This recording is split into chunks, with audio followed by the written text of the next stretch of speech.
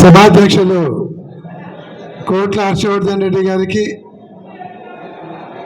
అలాగే కోడుమూరు నియోజకవర్గము సమన్వయకర్త డాక్టర్ ఆదిమల్లపు సతీష్ గారికి, కర్నూలు పార్లమెంటు సమన్వయకర్త మాజీ పార్లమెంటు సభ్యురాలు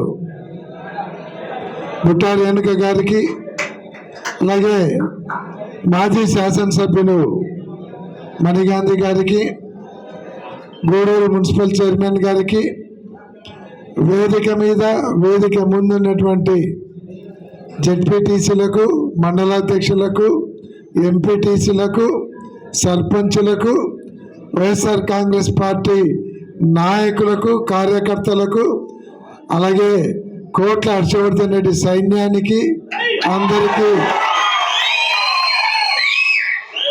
పేరు పేరున నమస్కారాలు తెలియజేస్తా ఉన్నాం. చాలా విషయాలు పెద్దలందరూ కూడా చెప్పడం జరిగింది. ముఖ్యంగా ఈరోజు ఈ కార్యక్రమం ముఖ్య అంశము గ్రామ అనుబంధ విభాగాలు, గ్రామ కమిటీ. దానిలో ఆవశ్యకత అనేది ఏ రకంగా ఏ కమిటీలో ఎంతమంది ఉండాలనేది ఆల్రెడీ మీకు చెప్పింటారు. ఒక్కొక్క గ్రామానికి మినిమం 7 అనుబంధ విభాగాలు ఉండాలి, ప్లస్ గ్రామ కమిటీ ఉండాలి. మీ గ్రామంలో ఎక్కువ మంది ఉంటే అనుబంధ విభాగాలు పెంచుకుంటూ పోవచ్చు, అవి ఎన్నైనా వేసుకుంటూ పోవచ్చు. కానీ తక్కువలో తక్కువ 7 అనుబంధ విభాగాలు ఉండాలి. కాబట్టి ఆ ప్రకారంగా వాటిని కంపల్సరీగా వేసుకుంటూ పోవాలి. ఆ లాస్ట్లో ఉండే వాళ్ళు ఎక్కువ మాట్లాడుతున్నారు. మీరు లాస్ట్లో 10 మంది మీటింగ్ని డిస్టర్బ్ చేస్తున్నారు. కూర్చోండి. ముఖ్యంగా మీకు ఏ రకంగా కమిటీలు వేయాలనేది తెలుసు. జగన్మోహన్ రెడ్డి గారు కమిటీల ఆవశ్యకత గురించి మా జిల్లా అధ్యక్షుల మీటింగ్లో ఏ విషయాలు చెప్పినారో మీకు తెలియజేస్తాం. ఎందుకంటే మేము అడిగినాం, జిల్లా ఈ గ్రామ కమిటీలు, అనుబంధ కమిటీలు కానీ గ్రామ కమిటీలు కానీ సభ్యులుగా చేరే వాళ్లకు ఒక 5 లక్షలు ఇన్సూరెన్స్ కల్పించండి అని అడగడం జరిగింది. వారు అనేది ఒకటే మాట, మీరు చాలా చిన్న కోరిక కోరుతూ ఉన్నారు. ఇన్సూరెన్స్ అనేది కల్పిస్తాం, అది పెద్ద విషయం కాదు. కానీ నేను ఆలోచిస్తుండేది, రేపు ప్రభుత్వం వచ్చిన తర్వాత ఆ గ్రామంలో జరిగిపోయేటువంటి అభివృద్ధి కార్యక్రమాలు కానీ, ఆ గ్రామంలో జరిగిపోయేటువంటి సంక్షేమ కార్యక్రమాలు కానీ, పెన్షన్లు కానీ, ఏవైనా కొత్తవి శాంక్షన్ చేయాలంటే ఏవైనా సరే ఈరోజు ఎవరి మెడలో కార్డు ఉంటుందో వాళ్ళు చెప్పినట్టే ఆ గ్రామంలో అధికారం జరుగుతుందని చెప్పడం జరిగింది. రేపొద్దున ఏ కార్యక్రమం జరగాలన్నా, ఏ అభివృద్ధి కార్యక్రమం జరగాలన్నా మీ ఈ కమిటీలలో ఉన్నటువంటి సభ్యుల ద్వారానే జరుగుతుంది తప్ప ఆ గ్రామంలో ఉన్నటువంటి అధికారుల ద్వారా జరగదు. కేవలం వీళ్ళ ద్వారానే రేపొద్దున పరిపాలన చేయాలనేటువంటి ఆలోచనలో నేను ఉండాలని జగన్మోహన్ రెడ్డి గారు చెప్పడం జరిగింది. కాబట్టి అంత ఇంపార్టెంట్ ఉంది ఈ కమిటీలకు. ఇంతకుముందు కమిటీలు వేస్తూ ఉన్నాం, ఆషామాషిగా పోతున్నది. మీరు ఏదో పేర్లు రాసిస్తున్నారు, వాళ్ళు జిల్లాకి ఇస్తున్నారు, పంపిస్తున్నారు, అది ఏడండేది కూడా తెలియదు. కానీ కమిటీలు వేసే రోజు ఏ రోజు మీ ఆధార్ కార్డు, మీ ఓటర్ ఐడి కార్డు, మీ ఫోటో ఏమని ఎప్పుడు అడగలేదు ఇంతవరకు. చాలామంది 25-30 సంవత్సరాల రాజకీయం చూసినట్టు వాళ్ళు ఉన్నారు. ఎప్పుడైనా మెంబర్షిప్కు photo, Aadhaar card, voter card అడిగినారా? కానీ ఇప్పుడు ఎందుకు అడుగుతున్నారంటే ప్రతి ఒక్కరి ఈరోజు మీరు ఇచ్చే ఫోటో, ఆధార్ కార్డు అన్నీ కూడా సెంట్రల్ ఆఫీస్లో ఉంటాయి. ఈరోజు డిజిటలైజేషన్ చేస్తూ ఉన్నారు. ఇక్కడ ఇవన్నీ కూడా సెంట్రల్ ఆఫీస్కి పోతాయి. రేపొద్దున ఏదైనా ఒక గూడూరులో ఒక సుబ్రహ్మణ్యమో ఎల్లయ్య అంటారు, ఆయన గురించి ఏదైనా తెలుసుకోవాలంటే మేము చెప్పాల్సిన పనిలో నన్ను అడగరు, హర్షవర్ధన్ రెడ్డిని అడగరు, సతీష్ని అడగరు. ఆడ కొడతారు కంప్యూటర్లో మీ చరిత్ర వస్తుంది, మీరు చేసే పని విధానం కూడా ఆడ తెలిసిపోతూ ఉంటుంది. అంటే అందరూ దాదాపుగా మొత్తం రాష్ట్ర వ్యాప్తంగా దాదాపు 20 లక్షల మంది నాయకులు కార్యకర్తల అందరి బయోడేటాలు అక్కడ ఉంటాయి. మావి కూడా మీతో పాటు ఎక్కించుకుంటారు. మొత్తం కోడుమూరు నియోజకవర్గం అని వాళ్ళు ఒక బటన్ వచ్చినారంటే మొత్తం మీ పేర్లు మీ ఫోటోలతో సహా వస్తాయి. రేపు పొద్దున వచ్చేటువంటి ఐడెంటిటీ కార్డు మీ పేరు ఉంటుంది, మీ గ్రామం ఉంటుంది, పార్టీలో మీ హోదా రాసి ఉంటారు, దాని మీద వైఎస్ జగన్మోహన్ రెడ్డి గారి సంతకంతో సహా మీకు మీకు ఐడెంటిటీ కార్డు వస్తుంది. కాబట్టి రేపు పొద్దున మీ ఐడెంటిటీ కార్డు తీసుకుపోయి రేపు పొద్దున కర్నూలులో నాతో పని ఉంటుంది, సడన్గా వస్తారు. ఆ రోజు హర్షవర్ధన్ రెడ్డి లేకుంటే సతీష్ వీళ్ళు ఎవరు ఊళ్ళో ఉండుంటారు. పని పడితే నేను కోడుమూరు, నాది బెలగలు, నేను మంచి కార్యకర్త అని చెప్పుకోవాల్సిన అవసరం లే. ఈ కార్డు తీసి చూపిస్తేనే నేనే కాదు, ఆదోన్లో పనివ్వండి, పత్తికొండలో పనివ్వండి, ఈ కార్డు చూపిస్తే మీరు మా వైఎస్ఆర్ కుటుంబ సభ్యులుగా గుర్తింపబడతారు. అప్పుడు ఎవరికి ఏ పని పడినా ఆ నియోజకవర్గ సమన్వయకర్త కావచ్చు, ఎమ్మెల్యే కావచ్చు, రేపొద్దున అధికారంలోకి వచ్చినాక ఎమ్మెల్యే కంటే వాళ్ళం కావచ్చు, అందరం కూడా చచ్చినట్టు మీకు పని చేసి పెట్టాల్సిందే. లేకుంటే మీరు డైరెక్ట్గా కంప్లైంట్ చేసే అవకాశాలు కూడా ఉంటాయి.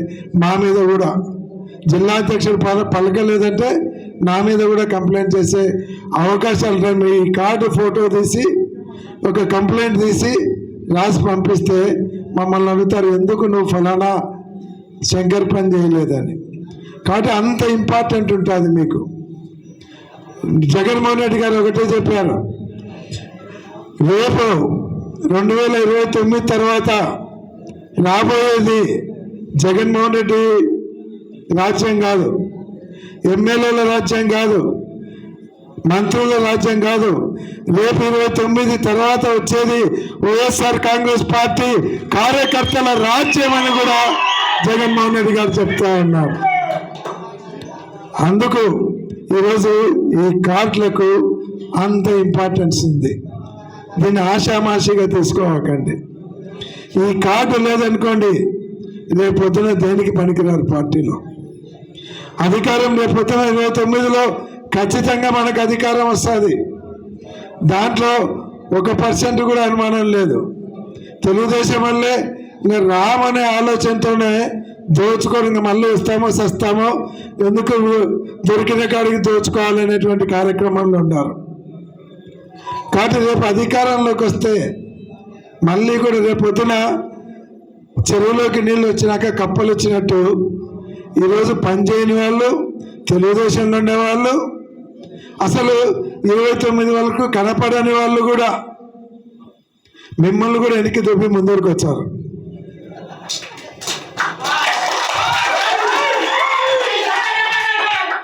ఎందుకంటే రాజకీయాలు 40 సంవత్సరాల నుంచి చూస్తున్నాం కాబట్టి మిమ్మల్ని తోసి ముందరకు వస్తారు.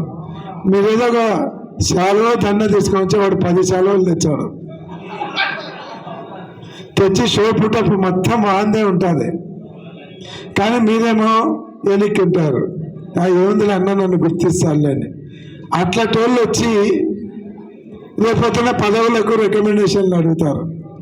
ఎవరో ఒకరు నా లాంటి వాడు ఏదో ఇస్తాడనో ఏదో చేస్తాడనో ఇంకొకటో పెట్టి వాని పేరును అధికారంలోకి వచ్చిన తర్వాత పోస్టుకు మేము రికమెండ్ చేస్తే, సతీష్ రికమెండ్ చేసినా, నేను రికమెండ్ చేసినా, లేకపోతే రేణుకమ్మ గారు రికమెండ్ చేసినా, ఆ పేరును ఆ లెటర్ను ఆడ వాళ్ళు కంప్యూటర్లో చూస్తారు.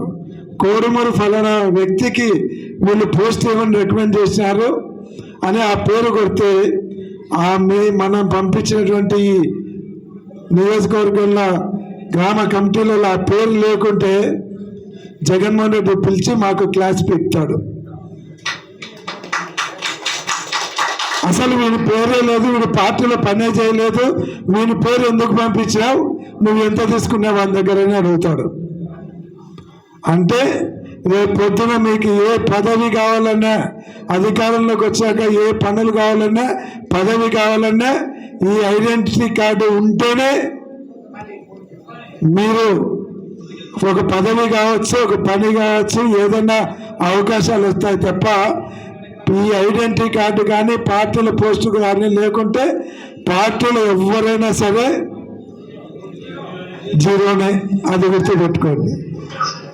కాబట్టి ఇది ఈ కార్యక్రమానికి అంత ఇంపార్టెన్స్ ఉంది. కాబట్టి దీన్ని ప్రతి ఒక్కరు కూడా చాలా సీరియస్గా తీసుకోండి.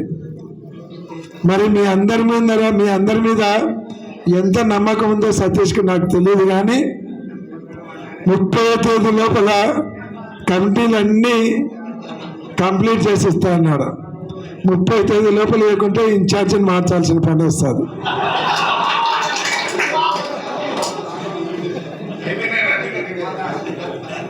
మాటలు చెప్తే కాదు, నాకు డిజిటల్ ఎక్కుతేనే లెక్కలోకి వచ్చినట్టు చూసుకో. మరి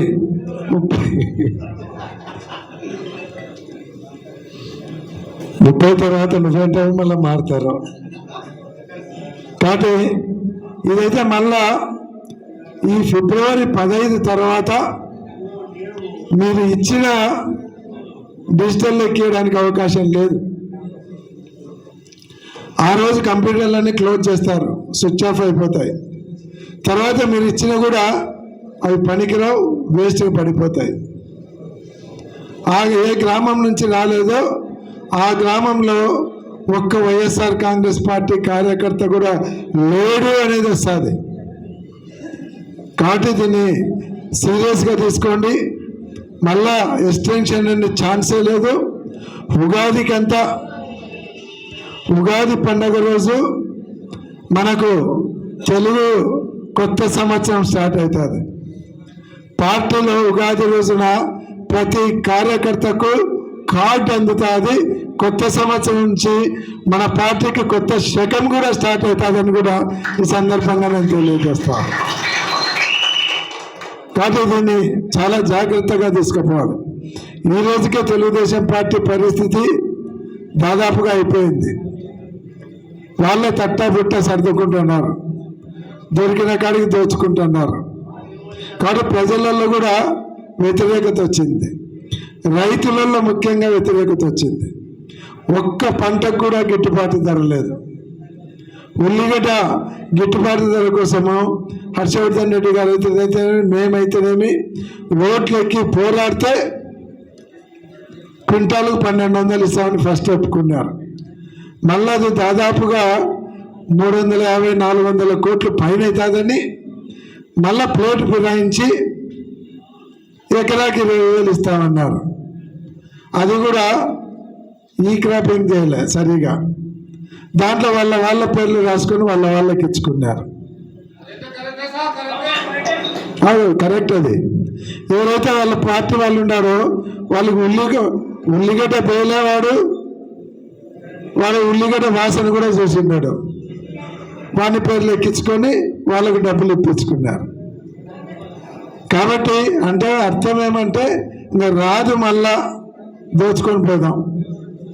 అసలు ఎప్పుడైనా యూరియా కోసము గత 5 సంవత్సరాలలో యూరియా కోసము క్యూలలో నిలబడి కొట్లాడుకునేటువంటి పరిస్థితి ఎప్పుడైనా ఉందా? యూరియా మండలంలో కాదు, మన ఊర్లో ఉన్నటువంటి రైతు భరోసా కేంద్రానికే యూరియా వచ్చేది. అక్కడనే మన ఇంటి దగ్గరనే మనకు యూరియా జగన్మోహన్ రెడ్డి గారు యూరియా ఇచ్చినారు తప్ప ఈరోజు మండల ఆఫీసులు కడవై ఆ క్యూలో నిలబడలేక, ఆ క్యూలో చెప్పులు పెట్టి పాస్బుక్లు పెట్టి ఆ ఎండలో ఉండలేక కొట్లాడుకునేటువంటి పరిస్థితి, ఇంత దౌర్భాగ్యమైనటువంటి పరిస్థితి వచ్చింది. కాబట్టి మళ్ళీ జగన్మోహన్ రెడ్డి గారు వస్తేనే రైతు రాజ్యం వస్తుంది అనేది ఖచ్చితంగా నేను చెప్పగలుగుతాను. జగన్మోహన్ రెడ్డి గారు ఉన్నప్పుడు ఏ ఒక్క రైతుకు కష్టం లేదు. మంచిగా వర్షాలు పడినాయి, పంటలు బాగా వచ్చినాయి, పంటలకు గిట్టుబాటు ధర ఉన్నది. గిట్టుబాటు ధర లేకుంటే జగన్మోహన్ రెడ్డి కొని గిట్టుబాటు ధర కల్పించినాడు. కరోనా ఉన్నా కూడా ఆ 5 సంవత్సరాలలో 7,800 కోట్ల రూపాయలు రైతుల గిట్టుబాటు ధర కోసము ఆయన ఖర్చు చేసినాడు. అది రైతుల పట్ల ఆయనకున్నటువంటి కమిట్మెంట్. కాబట్టి ఖచ్చితంగా ఈరోజు జగన్మోహన్ రెడ్డి గారి రాజ్యం రాబోతుంది. వాళ్ళు ఆ రోజు చెప్పినారు, ఏదైతే ఈ ల్యాండ్ టైటిలింగ్ యాక్ట్ మీ పొలాలు కొలతలు వేస్తున్నారు, జగన్మోహన్ రెడ్డి బొమ్మ ఉంది, జగన్మోహన్ రెడ్డి లాక్కుంటున్నాడు, దీనిలన్నింటినీ బ్యాంకులో పెట్టి లోన్ తీసుకుంటాడు, ఆయన బొమ్మ ఉంది కాబట్టి పొలాలన్నీ వాయినమవుతాయని. లోపల ఎవరి ఫోటో ఉంది? పైన జగన్మోహన్ రెడ్డి గారి ఫోటో ఉంది, దానిపైన మన రాజముద్ర ఉంది. లోపల పట్టాదారు ఓనర్ అని జగన్మోహన్ రెడ్డి ఫోటో ఉందా, మీ ఫోటో ఉందా? ఎవరి ఫోటో ఉంది? రైతు ఫోటోనే కదా. ఆ పేరు ఎంత విస్తీర్ణమో ఆ ఓనర్ ఎవరని రాసిన పేరు ఎవరిది? రైతుదేనా? ఇలాంటి జగన్మోహన్ రెడ్డి సన్ ఆఫ్ రాజశేఖర్ రెడ్డి అని రాశారా? రైతుదే కదా. మరి వాయనకెట్టు వచ్చేది? మినిమం కామన్ సెన్స్ ఉందా? అన్నం తినేటోడు ఎవడన్నా అట్లా ఆలోచిస్తాడా?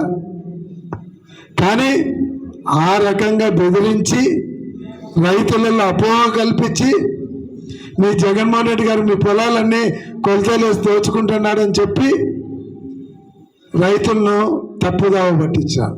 ఈరోజు వాళ్ళు చేస్తుండేది ఏంది? ఒక ఫోటో పెట్టుకోవాలి అంతే. సేమ్ అదే చేస్తున్నారు. జగన్మోహన్ రెడ్డి గారు తెప్పించినటువంటి పరికరాలతోనే కొలతలు వేస్తున్నారు. అదే పాస్బుక్లు ఫోటో తీసి ఇచ్చన్నారు, అంతే కదా. కానీ ఒకటి మాత్రం గుర్తుపెట్టుకోండి, బ్రిటిష్ కాలంలో టోటల్గా సమగ్ర భూ సర్వే జరిగింది. బ్రిటిష్ కాలంలో జరిగినటువంటి భూ సమగ్ర సర్వే తర్వాత మళ్ళా అందరి రైతుల భూమి సర్వే చేసి ఎవరి రైతులకు వాళ్ళే గవర్నమెంట్ రాళ్ళు కొనుక్కొని వచ్చి పాతి వాళ్ళ రైతుల పొలం ఇది అని డిజిటలైజ్ చేసి ఒక క్యూఆర్ కోడ్ ఇచ్చి ఎక్కడా పొరపాటు లేకుండా జరిగినటువంటిది దాదాపుగా 80 సంవత్సరాల తర్వాత మళ్ళీ జగన్మోహన్ రెడ్డి గారి గవర్నమెంట్ వచ్చిన తర్వాతనే జరిగింది అనేటువంటి విషయాన్ని గుర్తుపెట్టుకోవాలని కూడా చెప్తా ఉన్నా. ఇదే జగన్మోహన్ రెడ్డి గారే కాదు తెచ్చింది రూలు, ఇది సెంట్రల్ గవర్నమెంట్ ప్రతి రాష్ట్రంలో చేయమని చెప్పినారు.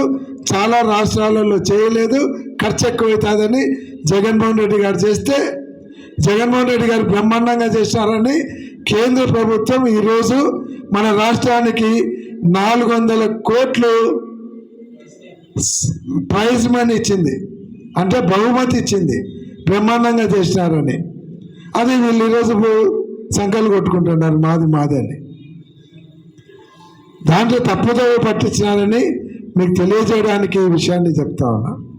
కాబట్టి ఈరోజు రాజకీయాలలో ఓటమి గెలుపులు మస్తుగా ఉంటాయి.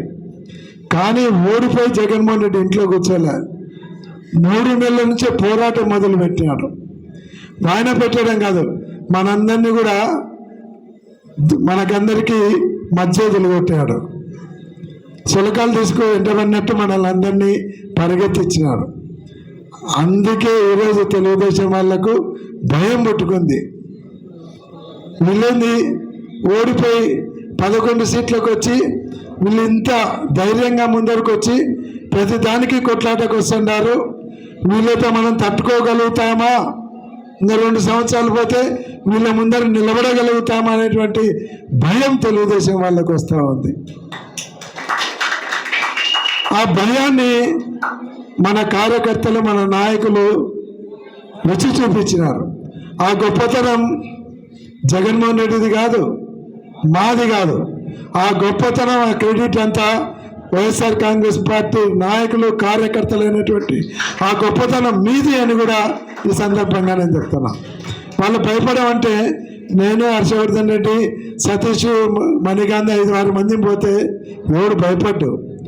మా వెనక మీరందరూ కూడా సైనికుల్లాగా వచ్చారు కాబట్టి వాళ్ళు భయపడుతుండేది మా వెనక ఉన్నటువంటి మిమ్మల్ని చూసి భయపడతా ఉన్నారనేటువంటి విషయాన్ని కూడా మీకు తెలియజేస్తాం. కాబట్టి ఓడిపోయినా మళ్ళీ గెలుపు వస్తుంది. రాజకీయాలలో నిరంతరం కష్టపడాల్సినటువంటి ఉంటుంది. రాజకీయాలలో ధైర్యంగా ముందరికి పోవాల్సినటువంటి అవసరం ఉంటుంది. ఇందాకనే హర్షవర్ధన్ రెడ్డి గారు చెప్పారు, చిన్న వయసు నుంచి గోనగండ్ల నుంచి స్టార్ట్ చేసి పోరాటం చేస్తూ వచ్చినారు. పోరాటం చేస్తూ వచ్చినందుకే ఈరోజు స్థాయికి వచ్చినారు. నిజంగా చాలా సంవత్సరాలు కోట్ల కుటుంబము మేము రాజకీయంగా ప్రత్యర్థులుగా రాజకీయంగా మాత్రమే పోరాటాలు చేసుకున్నాం. ఎప్పుడు ఎవరి మీద పర్సనల్గా పోలేదు. వాస్తవానికి 91లో అంతవరకు మా నాన్నగారు మా రాజకీయం అంతా ఆళ్ళగడ్డ వరకే ఉన్నది. మా నాన్న ఆళ్ళగడ్డ నాయకునిగా మాత్రమే ఉన్నాడు ఆ రోజు వరకు. తప్పితే పక్కన కోయిలగుట్లకు తెలుసు. కానీ 91లో పార్లమెంటుకు భాస్కర్ రెడ్డి గారి మీద పోటీ చేయడానికి తెలుగుదేశం పార్టీ వాళ్ళు ఎవ్వరూ ధైర్యంగా ముందరికి రాలే, భయపడి ముందరికి రాలే. హర్షవర్ధన్ రెడ్డి గారు ఇందాక ఆ సబ్జెక్టు తెచ్చినాడు కాబట్టి చెప్తాను, భయపడి ఎవరు ముందరికి రాలే. ఆ రోజు ఎన్టీ రామారావు గారు వచ్చి కర్నూలులో కూర్చొని ఆళ్ళగడ్డ నుంచి మమ్మల్ని పిలిపించి, నేను అప్పటికే కర్నూలులో జరిగినా 1 సంవత్సరం అయింది, పిలిపించి కర్నూలులో పార్లమెంట్లో అందరూ భయపడుతున్నారు భాస్కర్ రెడ్డి గారిని చూసి, ఆయన మీద పోటీ చేయడానికి భయపడుతున్నారు, సుబ్బారెడ్డి గారు మీరు పోటీ చేయాలని ఎన్టీ రామారావు గారు అడిగినారు. ఆ రోజు మాకు కర్నూలు పార్లమెంటే కొత్త. మా నాయన సరే ఒక రోజు టైం ఇవ్వండి అని మేమందరం కూర్చున్నప్పుడు అడిగినాడు. అరే భాస్కర్ రెడ్డి చాలా పెద్ద నాయకులు, ఆయన ఎప్పటి నుంచో ఇక్కడ సీనియర్ మోస్ట్గా ఉన్నాడు, ముఖ్యమంత్రిగా చేసినాడు, కేంద్ర మంత్రిగా చేసినాడు, ఆయన ముందర పోటీ చేసి మనం తట్టుకోగలుగుతామన్నాడు. అంటే ఆ రోజు ఎందుకన్నానో నాకే తెలియదు. నాయన ఏదైనా సరే కొండను ఢీకొంటేనే పేరు వస్తుంది కానీ పొట్టెన్లతో తలబడితే వస్తుంది ఆయన. ఎందుకంటే ఆ రోజు భాస్కర్ రెడ్డి గారంటే కొండ లాంటి వాడు ఈ ప్రాంతానికి అంతా కూడా. ఆ రోజు మాకు తెలిసి కొండను ఢీకొంటున్నామని. సరే కొండను ఢీకొంటేనే కదా మనకు పేరు వచ్చేదని ఆ రోజు పోటీకి దిగడం జరిగింది. సరే 3 సార్లు ఆయన మీద పోటీ చేసినాం. 3 సార్లు ఎంపీకి ఓడిపోయినా ఒక నాయకుడిగా గుర్తింపు వచ్చింది మాకు. ఎందుకు వచ్చిందంటే అదొక భాస్కర్ రెడ్డి గారి మీద పోటీ చేయడం వల్ల వచ్చింది తప్ప, లేకుంటే ఎల్లయ్య మీద పుల్లయ్య మీదనే పోటీ చేస్తే ఆ గుర్తింపు వచ్చేది కాదు. జిల్లా నాయకునిగా ఎప్పుడు మాకు గుర్తింపు వచ్చిందంటే భాస్కర్ రెడ్డి గారి మీద పోటీ చేసిన తర్వాత ఎస్వి సుబ్బారెడ్డి గారు అంటే జిల్లా అంతా కూడా జిల్లా నాయకునిగా ఆ రోజు గుర్తింపు రావడం జరిగింది. అందుకే రాజకీయాలలో పోరాటాలు చేయాలి, పోరాటం చేస్తేనే మనకు భవిష్యత్తు ఉంటుంది. కాబట్టి ఈరోజు పోరాటం చేద్దాం. 2029 తర్వాత రాబోయేదంతా కూడా జగన్మోహన్ రెడ్డి గారు చెప్పినట్లు కార్యకర్తల రాజ్యం అవుతుందని మీకు అందరికీ తెలియజేస్తున్నాను. కాబట్టి మనమందరం కూడా ఈ కమిటీలతో పాటు రాబోయే 3 సంవత్సరాలు ఈ పోరాటంలో మనం పాల్గొని ఎవరు వెనక్కి తిరగాల్సినటువంటి అవసరం లేదు, ఎవరికి భయపడేటువంటి అవసరం లేదు. జగన్మోహన్ రెడ్డి గారి సైన్యం మామూలుగానే భయపడరు. అందులో కోట్ల హర్షవర్ధన్ రెడ్డి గారి నాయకత్వంలో ఉన్నటువంటి సైన్యం అస్సలు భయపడదని నేను అనుకుంటాను.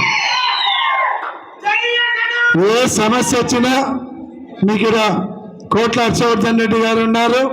అవసరమైతే జిల్లా నుంచి కూడా మేము కూడా మీకోసం అర్ధరాత్రి అయినా సరే మీకోసం రావడానికి జిల్లా పార్టీ తరఫున మేము కూడా సిద్ధంగా ఉంటామని తెలియజేస్తూ, జగన్మోహన్ రెడ్డి గారిని అధికారంలోకి తీసుకొని వచ్చేదానికి మనమందరం కూడా సమిష్టిగా కృషి చేయాలి. ఈ కమిటీలన్నింటినీ కూడా వీలైనంత తొందరలో పూర్తి చేయాలని కూడా మీకు అందరికీ మనవి చేస్తూ సెలవు తీసుకుంటా ఉన్నాను. Thank you. జై హింద్, జై జగన్.